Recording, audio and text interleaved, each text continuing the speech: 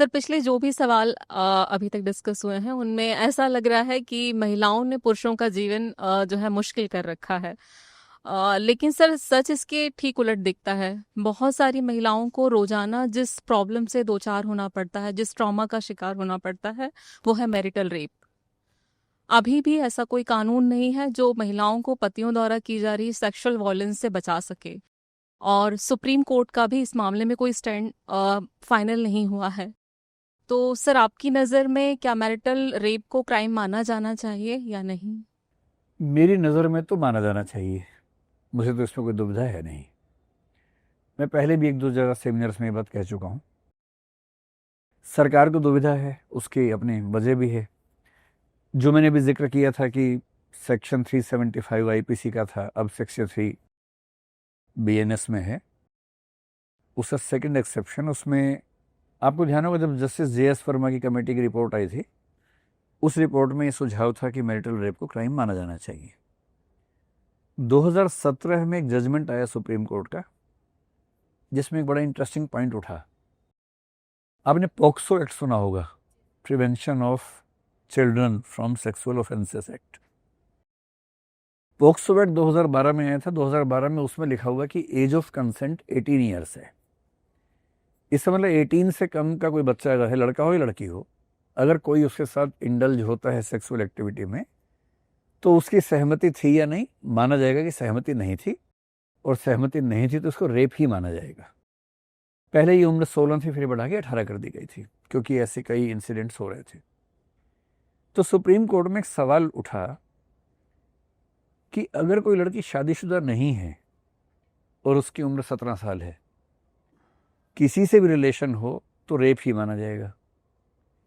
पर शादीशुदा है तो 375 का एक्सेप्शन 2 कहता है कि 15 साल से छोटी पत्नी है तब तो रेप माना जाएगा, 15 साल के ऊपर रेप नहीं माना जाएगा। यानी कि शादी होते ही आपको बच्चा नहीं माना जाएगा, पॉक्सो तो लागू होता है।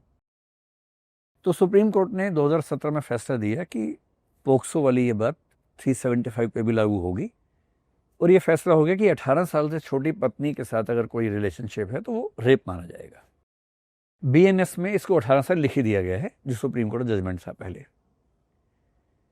2022 में एक केस हो रहा है, थोड़ा सा रिलीफ कह सकते हैं कि मिला है। वो केस ये है, एक एमटीपी एक्ट आपने सुना होगा, क्या होता है। 1971 में medical termination of pregnancy act बना था, और उसमें एक बात ये थी कि मान लीजिए कि कोई महिला, उसका रेप हुआ और प्रेग्नेंट हो गई वो। अब उसकी इच्छा माँ बनने की नहीं है, क्योंकि वो उसकी इच्छा से बच्चा नहीं हो रहा है। तो उस एक्ट में साफ लिखा हुआ है कि अगर किसी महिला की प्रेगनेंसी की वजह रेप हो तो उसको अबॉर्ट करने का पूरा अधिकार होगा, उसकी इच्छा के बिना वो मां नहीं बनेगी।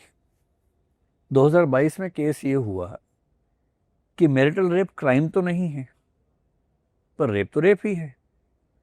अगर पत्नी की इच्छा शामिल नहीं है, एक ऐसा रिलेशन बना और उससे वो प्रेग्नेंट हुई और उसकी मां बनने की इच्छा नहीं है, तो एमटीपी एक्ट यहाँ लागू होगा, या यहाँ 375 के बेस पे हम मान लेंगे कि ये रेप नहीं है। तो सुप्रीम कोर्ट ने अच्छा फैसला निकाला और ये कहा कि हम इसको रेप मानेंगे, रेप की सजा नहीं देंगे, क्योंकि रेप की सजा का प्रावधान नहीं है। लेकिन क्योंकि ये इच्छा से संबंध नहीं था, इसलिए महिला की इच्छा अगर एबॉर्शन की है तो भी उसके पति की इच्छा हो या ना हो, वो एबॉर्शन करवा सकती, इस ग्राउंड पे कि ये उसकी इच्छा से संबंध नहीं बना था। अब रही बात कि क्या करें, तो इस पे एक केस दिल्ली हाई कोर्ट में चल रहा था। दिल्ली हाई कोर्ट के डिवीज़न बेंच का इसमें जो जजमेंट आया वो इक्वल था, 1-1 से ख़त्म हो गया। तो सुप्रीम कोर्ट को रेफ़र हुआ। सुप्रीम कोर्ट में 3 जजेस की बेंच बैठी, काफ़ी सुनवाई हुई। सरकार से बार बार उसका जवाब मांगा गया। सरकार ने फिर खुल के ये कहा कि हम मैरिटल रेप को क्राइम मानने के पक्ष में नहीं है, क्योंकि इससे समाज का ढांचा छिन्न भिन्न हो जाएगा, और किसी भी शादी में एक रीजनेबल सेक्सुअल रिलेशनशिप की एक्सपेक्टेशन होती ही है। अगर वो भी किसी को नहीं मिल रही है तो फिर वो उससे शादी में होने की कोई मतलब नहीं। सुप्रीम कोर्ट के जो चंद्रचूड़ साहब थे, सीजीआई, कोशिश तो चल रही थी कि जल्दी फैसला है, पर तब तक उनका रिटायरमेंट का टाइम आ गया। फिर ये तय हुआ कि एक नई बेंच सुनेगी। उसके बाद से वो टला हुआ है। उम्मीद है कि 2025 के अंत में सुनवाई उस पर फिर से होने वाली है। देखते हैं क्या होता है। मेरी समझ में ऐसे कानून संसद से तो नहीं आएंगे, ये मान के चलिए, क्योंकि संसद पर बहुत दबाव होता है, इलेक्शन भी जीतना उनको अगले साल। ऐसे मामले जब भी कानून बनते हैं जनरली वो सुप्रीम कोर्ट से आते हैं जजमेंट के रूप में। जब जजमेंट हो जाता है, अपील भी फेल हो जाती है, तब जो बीएनएस का अगला अमेंडमेंट होगा उसमें शायद संसद उसको लिखे और या सुप्रीम कोर्ट जजमेंट से ही काम चले। तो मैं सहमत हूं कि ये अपराध घोषित होना चाहिए। हालांकि इसकी प्रैक्टिकलिटीज को लेकर बहुत दिक्कतें आएंगी, ये हमें समझना पड़ेगा, क्योंकि हम सिर्फ भावनाओं में बह के बात नहीं कर सकते। एक बंद कमरे में जहां केवल पति पत्नी हैं, उनके बीच में संबंध बना, उसमें जबरदस्ती थी या नहीं, साबित कैसे होगा? अगर साबित करने के तरीके ये हैं कि शरीर पे कोई निशान चोट का है या नहीं, तो वो तो डोमेस्टिक वायलेंस एक्ट पहले से काम कर रहा है, उसमें पनिशमेंट हो ही सकती है। और यदि उस बंद कमरे की बातचीत के सबूत कोर्ट में आने लग गए, तो उस रिश्ते का जो निजता का मामला है, प्राइवेसी का मामला है, वो कैसे बचेगा? सबूत कहां से आएगा? असली सवाल ये है। लेकिन इसका जवाब उस एनजीओ ने ये दिया कि 100 से ऊपर देशों में अगर ये क्राइम है तो सबूत वहां भी तो आता ही होगा। तो जब सिस्टम बनाएंगे तो सिस्टम्स बनाएंगे उस चीज के। पहले ये सैद्धांतिक बात तय तो हो कि क्राइम है कि नहीं है। जब हो जाएगा तो प्रोसीजरल लेजिस्लेशन तो बात के जजमेंट से निकलता जाएगा, उनका ये तर्क है। तो मेरा मानना है कि कॉम्प्रिहेंसिव डिस्कशन हो, लॉ कमीशन हो सके तो इस पर सारे देशों को स्टडी करके, मतलब मैं कहना चाह रहा हूं कि ऐसा ना हो कि पतियों का जीना एकदम ही खत्म हो जाए, मुश्किल ही हो जाए इस वजह से।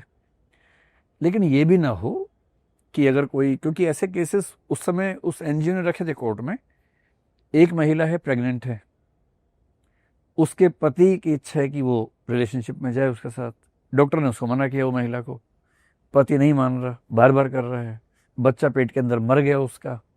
ऐसे केसेस भी थे बहुत सारे। अब इन केसेस को भी आप अदालत में रेप साबित नहीं कर सकते। तो होना ये चाहिए कि इस तरह की जो हैवानियत है वो कंट्रोल होनी चाहिए। लेकिन ये ना हो कि इसकी वजह से फिर कुछ पत्नियां तो मिसयूज करेंगी ना भाई।